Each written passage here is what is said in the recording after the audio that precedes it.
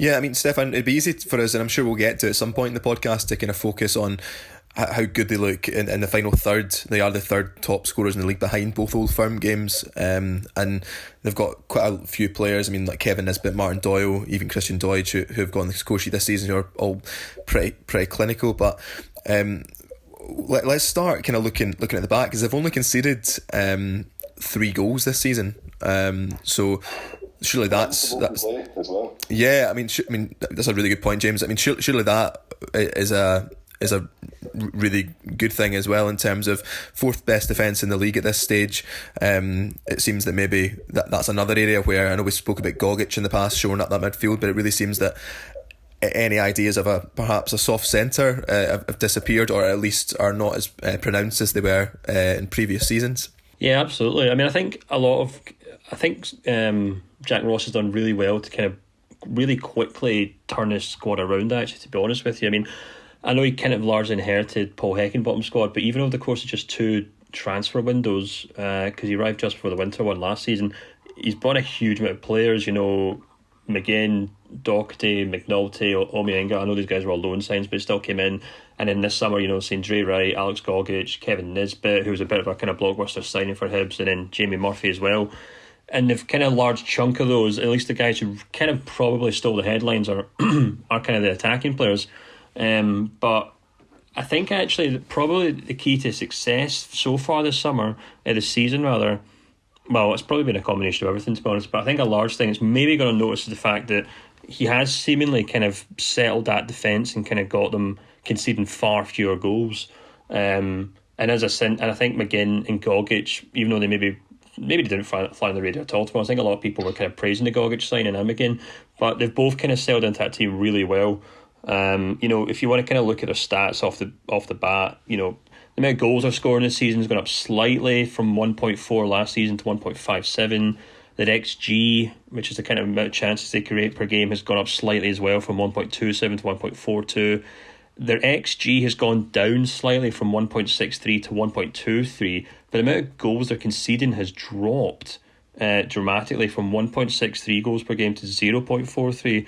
I know James has a few of his own theories on this, so I'll leave him with that. He already hinted at it, but I think there's probably, if you kind of look at individual performance, I think that's probably a good indicator of why they're managing to actually keep such a tight ship.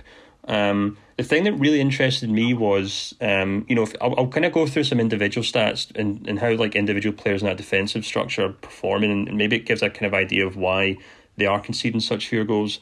For example, Josh Doig, the young left back who's came in this season, has done really well. He's 4th in the league for blocked crosses this season, so about crosses he blocks. Deutsch and McGinn, both fullbacks, 9th and 10th in the division for tackles. Hanlon and Gogic, 6th and 7th for shots blocked. Gogic, 10th for interceptions among the players in the Premiership. Porteous and Hanlon, 1st and 2nd for clearances in the Premiership. Hanlon and Porteous, 6th and 9th for headers won in their own box in the Premiership. So if you kind of look at every individual player in that back 4, back 5 if you want, sometimes if you want to include Gogic to an extent, they're all performing really well against other players in those positions in the league. And the thing that I find really interesting as well is that the number of interceptions they're making this season hasn't really changed from last season, and the shots they're conceding per game actually hasn't changed at all either. But the number of shots conceded that were on target last year was 36%. So 36% of all the shots conceded per game were on target. This season that's dropped to 24%. And that might seem like a really niche, silly stat, but I think basically what it's alluding to is that although Hibs maybe do concede as many shots as they did last season, and maybe that's largely why their XG hasn't shifted as dramatic as the amount of goals they've actually conceded, I think they're actually getting much better at getting in the way of shots. I think they're getting better at blocking shots. They're getting better at, even just as silly as it sounds, like there's a whole art and there's a whole kind of coaching skill to basically limiting the amount of space opposing players have to take shots. And that all comes down to defensive structure. That comes down to the back 4 knowing each other, having good chemistry, being coached properly. And I think, and it's just little things like that, with the likes of Doidge. I think Doidge has done tremendously well. I think he's been a real upgrade on Stevenson. I know you're not allowed to say that to Hibs fans, but he has. I think McGinn's been tremendous. The way he was kind of gallivanting up and down that right wing alongside Boyle in the game against St Mirren was really interesting to watch. And I just think across the board, like individually, these guys are all doing really, really well. Porteous as well is another one who had a bit of a shaky season last year because he was obviously had a bit of a hothead at times. He's just kind of got his head down and got on with it alongside Hanlon. And I just think individually all these guys are kind of standing out on their own, and as a whole, the team are obviously doing much better defensively. And although the kind of headlines go to guys like Kevin Nisbet or Doidge or why isn't Scott Allen playing, etc., etc., I actually think this backline's kind of just confidently and quietly getting on with things. Yeah, I think just staying with the backline, and I'll go to you in a second, James. I think it's kind of like maybe a bit cliched in the sense that it is that kind of familiarity. Like he hasn't switched up. He's had that back four, and particularly, I would also add to the Porteous thing that he's had problems with injuries. Obviously, the tail end of last season had that knee injury, so he didn't have maybe a full season playing with Hanlon, and there's no doubt that is their best centre back pairing, and they've had a good run of games at the start of the season, and it's really, really bearing fruit. I think I'll echo what you say, and Josh Doig, sorry, he's been a bit of a revelation, and I think obviously Stevenson is a club legend, and rightly so, but and I'll probably throw this to James because James wrote an article on him for the site, but he's been a bit of a revelation, and as you say, McGinn's just come in and hit the ground running as well. But it's that continuity of having that back four that I think obviously they're doing or they've done a ton of work on the training pitch with that back four, and that is his first choice, and it really shows because it's something where they've struggled before, and it just also not even just like being a solid unit, they seem to be kind of complementing the players in front of them as well, and vice versa. But I don't know if there's anything you'd like to add to that, James. As I say, I know you did a piece on Doig a couple of weeks ago. Yeah, well, I mean, with Doig, I just the piece was really about how do you sort of move on from a club legend like Stevenson. How do you go about replacing them and integrating a new player? But I mean, Doig's been fantastic from what I've seen. He's sort of came out of nowhere.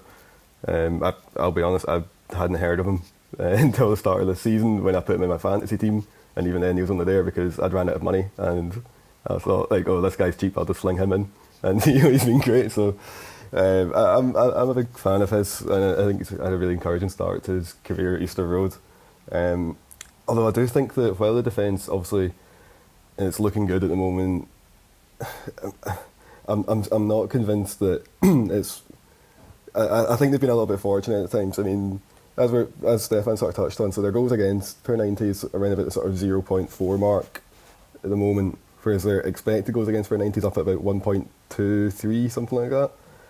That's a massive gap. That's completely unsustainable. Unless you've got like a genuinely world-class goalkeeper in goals, like there's no way you can keep that up. Like, Hibs, while the defensive structure has improved, while they are being a bit more proactive in closing down their opponents are still getting chances, and it's only a matter of time before they start taking them. You look at the St Mirren game, for example, where Hibs won 3-0. Like on paper, you look at that and go, yeah, well, comfortable result, easy win. But then you look at the expected goals from that game. St Mirren had a higher XG than Hibs. Like St Mirren's XG was 1.7, and Hibs was about just over 1.3.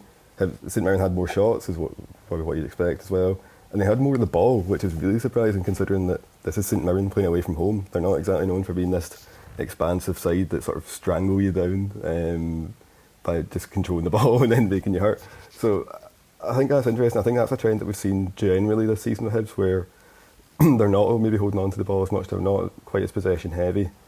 And a lot of their games, they have been tight. I mean, you look at the game against Dundee United, they won 1-0. The expected goals for both teams in that game was near identical. And it's the same with the 0-0 draw against Motherwell. Again, there was something like 0.02 in between the two teams. The St Johnstone game as well, if you just watch back that, there's so many chances St Johnstone missed. The fact that I'm pretty sure they had an offside goal unfairly ruled out as well, actually. So they created. Yeah, no, St Johnstone should have won that game. Like St Johnstone were all over them for at least 45 minutes, and then they had a perfectly good goal ruled out, and Hibs scored a dodgy goal, I think, that day.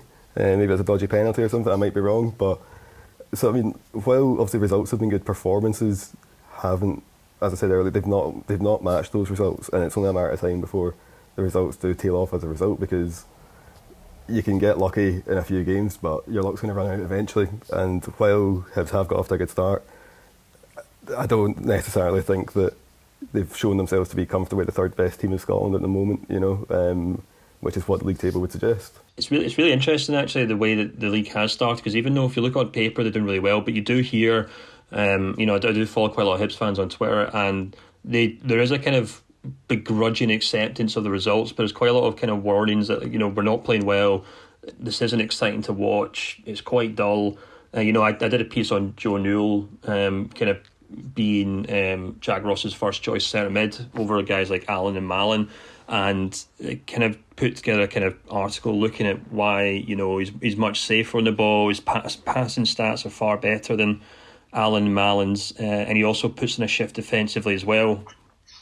And I think he probably characterises his Hibs team quite well, actually, because he's by no means Hibs fans' most favoured player. He's not the most exciting player, although he scored a really good goal against St Mirren, actually, I must say. A really nice play shot. But he just kind of gets the job done. And I think that's kind of what Hibs are doing right now. But it'll be interesting to see if, these first, 6 games or so, 7 games in which Hibs have been kind of drab, dull, but effective, is to lead up to this double header against Rangers and Celtic and do them well, because as you said, they're standing off against St Mirren, which we really don't need to do, because St Mirren obviously are a team that's been struggling so far.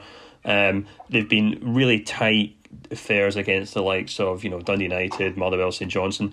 Is that because Jack Ross is trying to instill this system that will work better against Rangers and Celtic, or are they just scraping by, and then once they come up against Rangers and Celtic, they're just going to get pulled apart? That's kind of the interest. That's the question I'm looking forward to seeing getting answered over the next couple of weeks.